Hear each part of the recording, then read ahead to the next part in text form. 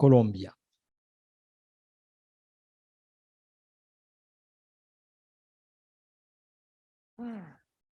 Bueno, buenas tardes. Como nosotros estamos mencionando, Daniela y yo decidimos hacer este trabajo de grado y con eso nos preguntamos justo eso. ¿Qué aportes dan los salmos de lamento a las víctimas de conflicto armado en Colombia en su afrontamiento de su tragedia y dolor? Entonces, esto nos planteó un desafío de adentrarnos a comprender mucho más a fondo la naturaleza de los salmos y especialmente de los salmos de lamento. En eso tuvimos la necesidad de estudiar y profundizar en la cultura de Israel respecto a cómo este pueblo sufrió y asumió el dolor y el lamento en su historia y a la vez, hoy en día, cómo en Colombia podemos observar que se ha desarrollado el lamento en el marco del conflicto armado. También tuvimos que estudiar cuáles son los mecanismos religiosos y culturales que se trabajan hoy en día para afrontar este dolor. Y en todo esto decidimos observar cómo ellos abordaban estos difíciles momentos.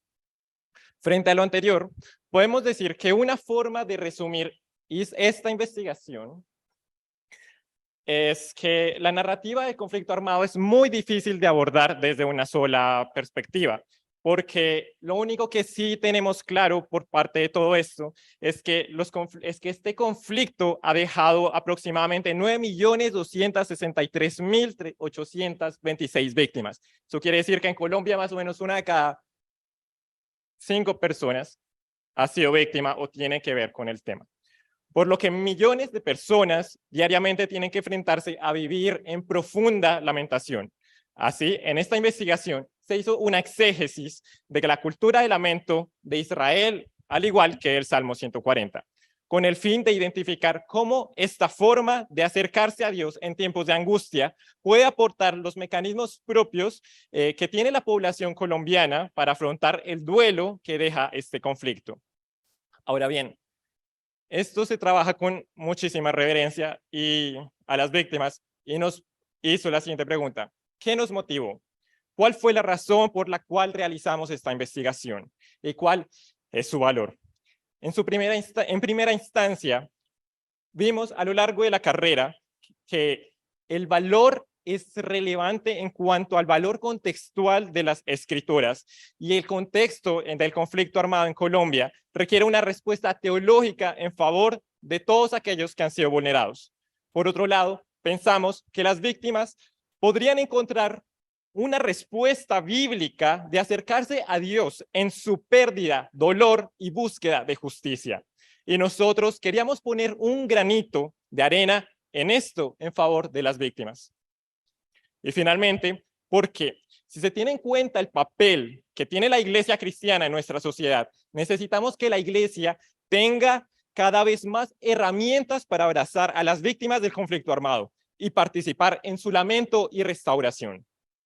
Así que nuestro objetivo en esta investigación fue de identificar posibles aportes que ofrecen los salmos de lamento a las víctimas del conflicto armado en Colombia, a fin de que ellos puedan afrontar su duelo y su angustia haciendo uso personal o comunitario de algunos salmos que sean más representativos a su contexto. Entonces, respecto a la metodología de investigación, nosotros realizamos una investigación documental. En este sentido, citamos entre 40 a 50 fuentes. Sin embargo, por cuestiones de tiempo, vamos a abordar 6 autores principales que nos aportaron muchísimo en el proceso. En primera instancia, podemos observar a Hermann Gunkel. Él nos ayudó a profundizar con su investigación de la crítica de las formas, pues nos daba las características y los géneros que se encuentran en los salmos. También nos ayudó mucho Luis Alonso Schockel y su aporte clave fue que nos mostró los principales métodos exegéticos e interpretativos para acercarnos a los salmos.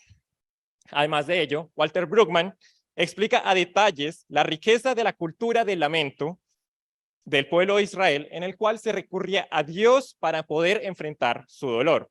Otro autor de mucha relevancia fue José Luis Sicre, el cual muestra las realidades de injusticia social las cuales se daban en Israel. Y a la par vimos a Úrsula Silver. Ella nos ayudó muchísimo en la cuestión complicada que tienen los salmos en el lenguaje imprecatorio. Pues el lenguaje imprecatorio es aquellos que uno ve que aparece el salmista denunciando al enemigo, que está maldiciendo al enemigo, que está diciéndole al Señor que los destruya. También nosotros tenemos que recordar el valor que tiene Colombia en cuanto al reportaje que se hizo por parte del Grupo de Memoria Histórica, el cual presentó una mirada general del fenómeno del conflicto armado y de las consecuencias del mismo. Por otro lado, en cuanto a nuestra investigación bíblica o una aproximación exegética del Salmo, decidimos trabajar el Salmo 140, 1 al 3. Y la idea central de este salmo es que el salmista realiza una súplica al Señor para ser liberado de los malvados. Él denuncia el carácter de ellos y sus acciones especialmente. Él pide juicio contra ellos, contra aquellos que han sido violentos, y le pide al Señor justicia en favor del pobre y del afligido. Bueno, ahora mi compañera Daniela nos va a presentar los resultados y la conclusión de la investigación. Bueno, buenas tardes para todos.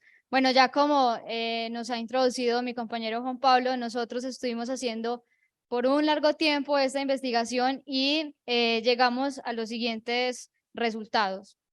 Entonces, esta investigación nos ayudó a descubrir en primera instancia que en medio de la riqueza litúrgica que tenía Israel, ellos expresaban con mucha facilidad su lamento cuando el contexto lo obligaba.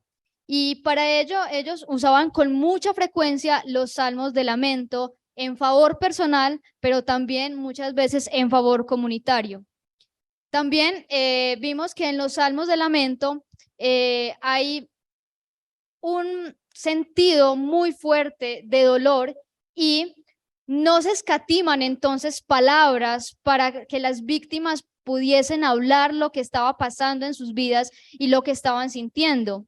Entonces ellos hablaban sin censura sus emociones, tanto para reclamarle al Señor lo que estaba sucediendo, porque consideraban que era injusto lo que estaba sucediendo, sino que también ellos hacían una denuncia pública y exhibían a sus victimarios y exhibían el carácter de ellos, y también le decían a la sociedad lo mal que se estaban comportando los malvados. Y ellos no escatimaban ningún tipo de palabras y términos para expresar tal situación. Además, notamos que el lenguaje imprecatorio, que como bien lo dijo Juan Pablo, es cuando el salmista ora en contra de aquellas personas que le hacen daño o en contra de los malvados. Vimos que entonces los salmos tienen una base legal desde la teología bíblica para hacer este tipo de imprecaciones, porque está presente tanto en el Antiguo como en el Nuevo Testamento. Y ese fue uno de los momentos más decisivos para nosotros en la investigación sobre qué posición íbamos a tomar nosotros frente al lenguaje imprecatorio. Pero vimos que el lenguaje imprecatorio, lejos de ser algo que generaba más violencia, lo que hacía es que demostraba más bien que en Israel se tenía por cultura la no venganza, que las personas que decidían orar estos salmos renunciaban a la venganza contra los enemigos o contra los malvados y quienes le hacían daño, y más bien acudían a la justicia divina para que ella fuera la que ejerciera el juicio contra los malvados. Y este punto es bastante importante porque en el marco del conflicto armado, la venganza ha sido determinante para muchas personas que están involucradas en el conflicto armado o estuvieron involucradas. Otro asunto de mucha relevancia fue ver que en la teología de los salmos de lamento, Dios es responsabilizado de defender y salvar y hacer justicia en favor del vulnerable. Él es al que se le dice, tú tienes que hacer algo, porque tú siempre estás en favor de los pobres. Tú no estás a favor de los malos, tú estás a favor de los que no pueden defenderse, y por eso es muy interesante notar esto en la teología de los salmos. Ahora, Algo que nos sorprendió mucho en los resultados fue entender que en los salmos de lamento no solo las víctimas tenían de alguna manera una audiencia con Dios para defender su caso, sino que aún los victimarios pueden acercarse a Dios si estos están arrepentidos y tener una audiencia con Dios. Y si bien las víctimas lo que piden es justicia para que el enemigo sea puesto en el fuego de alguna manera, los victimarios pueden acercarse a Dios pidiendo misericordia. Y eso fue demasiado relevante para nosotros, entendiendo el contexto del conflicto armado en Colombia. Y en este camino de reconocer cómo funcionaba el lamento en Israel, también vimos entonces que los israelitas construyeron unos mecanismos culturales y religiosos mediante el uso de la expresión poética y literaria con el propósito de enfrentar entonces sus tragedias y su dolor. Y fue precisamente el uso de las imágenes literarias que encontramos en los salmos lo que posibilitaba que otras personas pudiesen usar salmos escritos por los salmistas, porque entonces una persona que estaba siendo victimizada en Israel o si el pueblo estaba siendo victimizado, ellos al tener estos salmos, ellos podían encontrarse en las figuras literarias, podían mostrar o más bien darse cuenta de que en estas imágenes que se proyectaban, ellos podían encontrarse sus emociones, sus miedos, sus quejas, sus angustias y aún sus exigencias a Dios, porque realmente los salmistas estaban exigiendo a Dios una respuesta. No es si tú quieres, no, es Señor, haz algo y hazlo ya. Necesitamos que intervengas inmediatamente. Y ahora que tenemos como todos estos resultados, al haber realizado una exégesis a la cultura y al Salmo 140, perdón, a la cultura de Israel y al Salmo 140, vamos entonces a abordar los resultados respecto a la contextualización en la realidad colombiana y el lamento que han tenido que asumir muchas víctimas en el conflicto armado. Y quiero hacer mucho énfasis en que ellos han sido obligados a asumir un lamento que no debían asumir, que fue injusto, que ese lamento no tiene que ver con algo bueno o con un plan del Señor, sino que hace parte de planes malvados y de gente malvada. Entonces vimos que tanto Israel como en Colombia la justicia social y la injusticia social y la violencia están enmarcadas en su historia y que en Colombia, en el caso de Colombia, gracias a los procesos de paz, tanto víctimas como victimarios han podido tener como un escenario y unos tribunales a los cuales pueden dar sus testimonios y hablar la verdad de su historia para hacer una reconstrucción total de qué fue lo que nos pasó. Y así como los israelitas tenían sus propios mecanismos y cultura para llevar el dolor, en Colombia las víctimas han tenido que generar unos mecanismos de lamento. Entonces, en ese sentido, nosotros llegamos a 4 conclusiones. La primera de ellas es que los salmos de lamento pueden convertirse en una voz para las víctimas, pues las imágenes literarias, o sea, las imágenes que proyectan los salmos, representan con facilidad las injusticias, angustias, denuncias y esperanzas que pueden tener las víctimas cuando se acercan a Dios. También que el lenguaje imprecatorio hacia los violentos hace posible que en Colombia se mengue esa cultura de venganza que tanto daño ha hecho el país. Y como tercera conclusión, que los salmos de lamento ayudan a la iglesia para llorar con los que lloran y acompañar a diversas personas en sus tragedias y en su dolor. Además, vimos que al trasladar las imágenes literarias de los salmos de lamento a imágenes pictóricas como puente hermenéutico a nuestra cultura actual, puede ayudar a las víctimas a identificar su tragedia con los salmos de lamento de una manera más visual, entendiendo que somos una generación muy visual, ¿cierto? Entonces, frente a esta conclusión, queremos mostrarles un corto video en el que mostramos cómo se implementó esta última idea y tiene que ver con la realización de la exégesis y contextualización del Salmo 140, una obra realizada por Juan Pablo que tiene por título Un clamor por la justicia. Entonces los invito a ver el video. Líbrame, oh Señor, de los hombres malignos, guárdame de los hombres violentos, que traman maldades en su corazón, que cada día provocan guerras.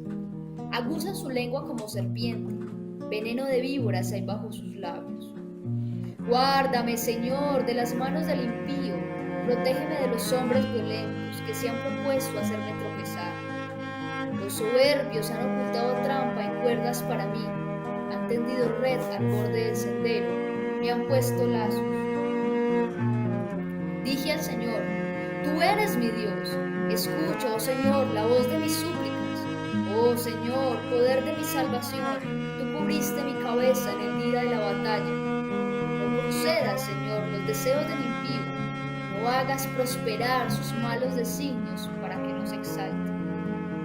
En cuanto a los que me rodean, que la malicia de sus labios los cubra, caiga sobre ellos carbones encendidos, sean arrojados en el fuego, en abismos profundos de donde no se puedan levantar.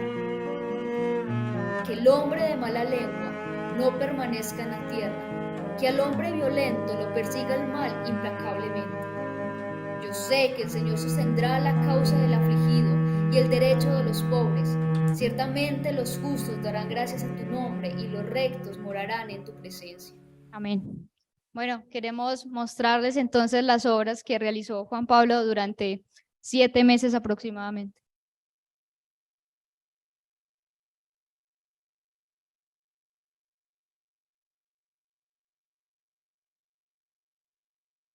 Bueno, este ha sido un esfuerzo por tratar de implementar exégesis y contextualización. Líbrame, oh Señor, de los hombres. Me asustó.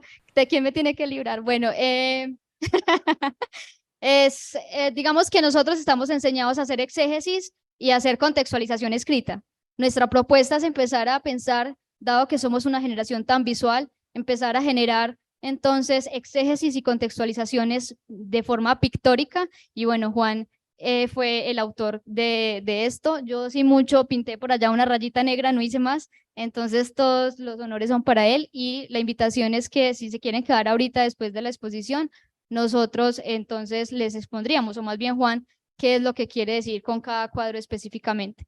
Ya para terminar, queremos hablar de los aportes que esto nos hizo nos dio esta investigación como teólogos y por mi parte, la relevancia de la teología presentada en los Salmos de Lamento en el afrontamiento del sufrimiento en un contexto de injusticia social y de violencia. Creo que pensar que se podían unir estas dos cosas fue una de los mejores aportes que me dio, y también analizar la posibilidad de la imprecación por parte de las víctimas hacia los victimarios en la búsqueda del establecimiento de justicia para evitar entonces con ello la continuidad de la venganza que ha estado tan fuerte en nuestro contexto colombiano.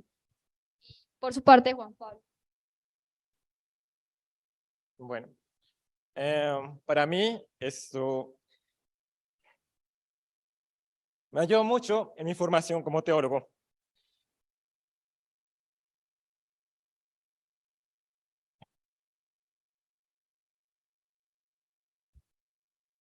Porque yo en mi contexto,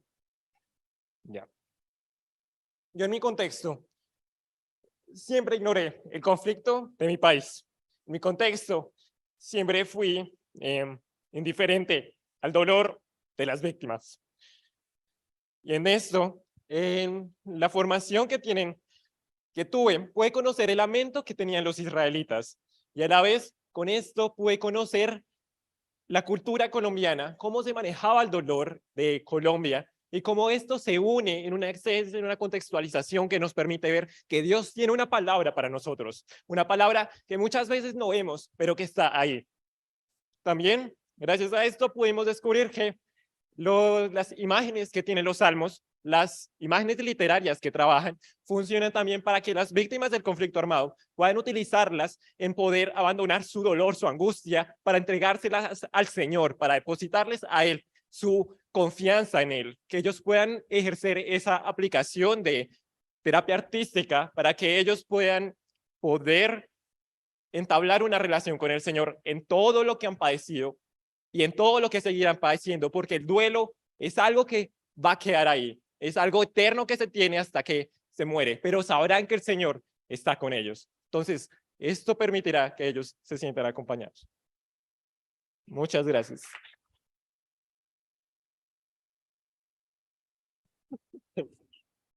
Bueno, muchas gracias. Ustedes ven cómo aquí hacemos investigación de muchas maneras, ¿cierto? Entonces, como ya Daniela les invitó, si ustedes quieren, después de terminada estas exposiciones, dialogar con ellos quieren hacer una breve presentación de sus obras, o como dijo Daniela, Juan Pablo, que fue el artista. Muy bien, vamos a un tiempo de preguntas. Entonces, si usted tiene alguna pregunta, profesor, ya le paso el micrófono.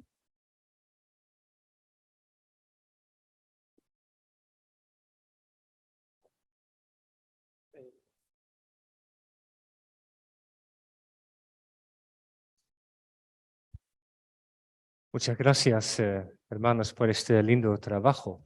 Un trabajo muy existencial también, en el fondo, ¿no? En la búsqueda, como la palabra del Señor era respuesta a las inquietudes y los dolores que muchas personas acá han sufrido. Bajo la supervisión del príncipe Fernando. Muchas gracias. Yo tengo una pregunta en la área de bíblica. Sabemos que en los salmos y Salteria hay unos 50 salmos de lamentación. Ustedes eligieron el Salmo 140. ¿Cuáles son sus razones para trabajar con este salmo específico y no con los otros? Bueno, fue una lucha de pensamientos, a ver quién ganaba entre sus posturas, pero realmente nosotros lo que hicimos fue tomar los 50 salmos de lamento, leerlos muchas veces y empezar a clasificar qué elementos de los salmos de lamento tenían y cuáles predominaban. Pero quisimos enfocarnos en aquellos salmos en los que era evidente que había una víctima que estaba pidiendo al Señor que lo salvara de unos victimarios. Y en ese sentido empezamos a descartar algunos de estos salmos que, si bien son de lamento, tienen como otro contexto, y nos quedaron 17 salmos. Y luego volvimos a hacer otra lectura y volvimos a hacer más lectura y después quedaron 5 salmos. Y ya nuestro asesor fue quien tomó la decisión que fuera el Salmo 140. Entonces, más o menos ese fue el proceso que llevamos. Gracias. ¿Alguna otra pregunta? Por allá.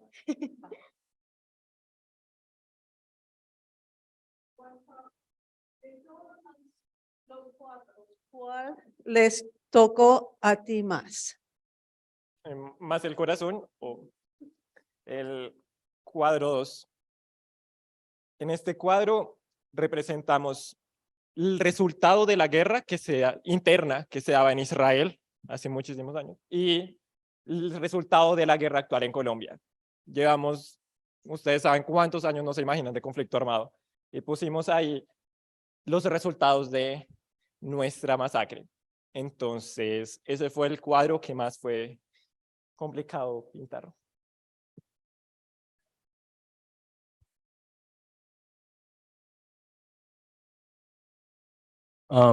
Mi pregunta tiene que ver con esa traducción o traslado a un medio artístico visual de salmos que bien ustedes identifican, que tienen una fuerza retórica, que uno puede identificarse con el lenguaje del salmo por usarlo en un ambiente litúrgico o de confesión o de ese estilo. Entonces, ¿qué gana y qué pierda con esa traducción? Porque con cada traducción uno gana o pierde algo.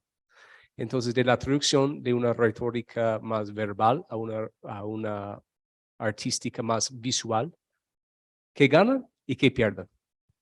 Bueno, es muy complicado porque lo que ganamos es que la gente pueda ver aquello que en su mente medio puede retratar en imágenes de pensamientos. Pero cuando vemos esto nos ayuda a recordar el momento de las personas que han sido víctimas, de ver a todos los tipos de victimarios y darse cuenta que uno es el que está retratado y como es el salmista, de que ellos son los que están retratados como salmista. Y lo que se pierde y se pone a un riesgo es que, si bien esto es un recurso didáctico, A lo largo de la historia con el cristianismo siempre han habido problemas con las imágenes en el punto de que la adoración y la veneración siempre ha sido una línea extremadamente delgada que muchas veces la gente cruza en torno a las imágenes. Entonces, por un favor del táctico está ese riesgo, pero es el tema. Yo quisiera complementar eso, y es que obviamente cuando nosotros queremos respetar la literatura, ¿cierto? Y no queremos decir entonces que ya queremos como relegarla, al contrario, queremos es que haga algo complementario, ¿cierto? Entonces, algo que es muy interesante con el segundo cuadro, que fue el que más nos costó también, es que cuando uno lo lee en la Biblia hebrea, ellos tienen un sonido onomatopéyico, donde utilizan la consonante sh. Entonces, el versículo donde está hablando de serpientes, casi todas las palabras tienen en esa consonante. Entonces, da ese sonido de sh, como para dar a entender lo de las serpientes. Entonces, esas son cosas literarias que se pueden perder, pero que incluso nosotros tratamos de hacerlas muy vivas allí. Bueno, muchas gracias. Hay muchas preguntas, pero realmente el tiempo es corto, entonces solo voy a leer una de la que las personas que nos están viendo a través de YouTube nos han formulado. Dice el doctor David Ver, ¿cuál fue el factor en la misma realidad teológica de ambos que más cambió a lo largo de este maravilloso proyecto?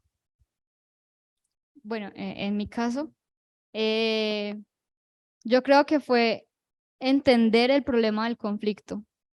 Como que siempre había pensado que el conflicto era buenos y malos, que así se resumía el conflicto. Pero cuando uno empieza a investigar se da cuenta que la narrativa es súper amplia. Entonces, para mí fue como ese aspecto, entender que el conflicto es mucho más amplio que una sola narrativa. Aportando a eso, muchas veces los victimarios han sido víctimas y todos necesitan ese punto de restauración de aquellos que han sido víctimas, aquellos que han sido victimarios. Y también que el clamor que aquí hacen las personas que son víctimas no es lo único que sea. Los victimarios también pueden hacer clamor, pero su clamor solo sea en torno del arrepentimiento, en torno a las acciones que han hecho. Entonces... Bueno, muchas gracias. Nuevamente demos un aplauso.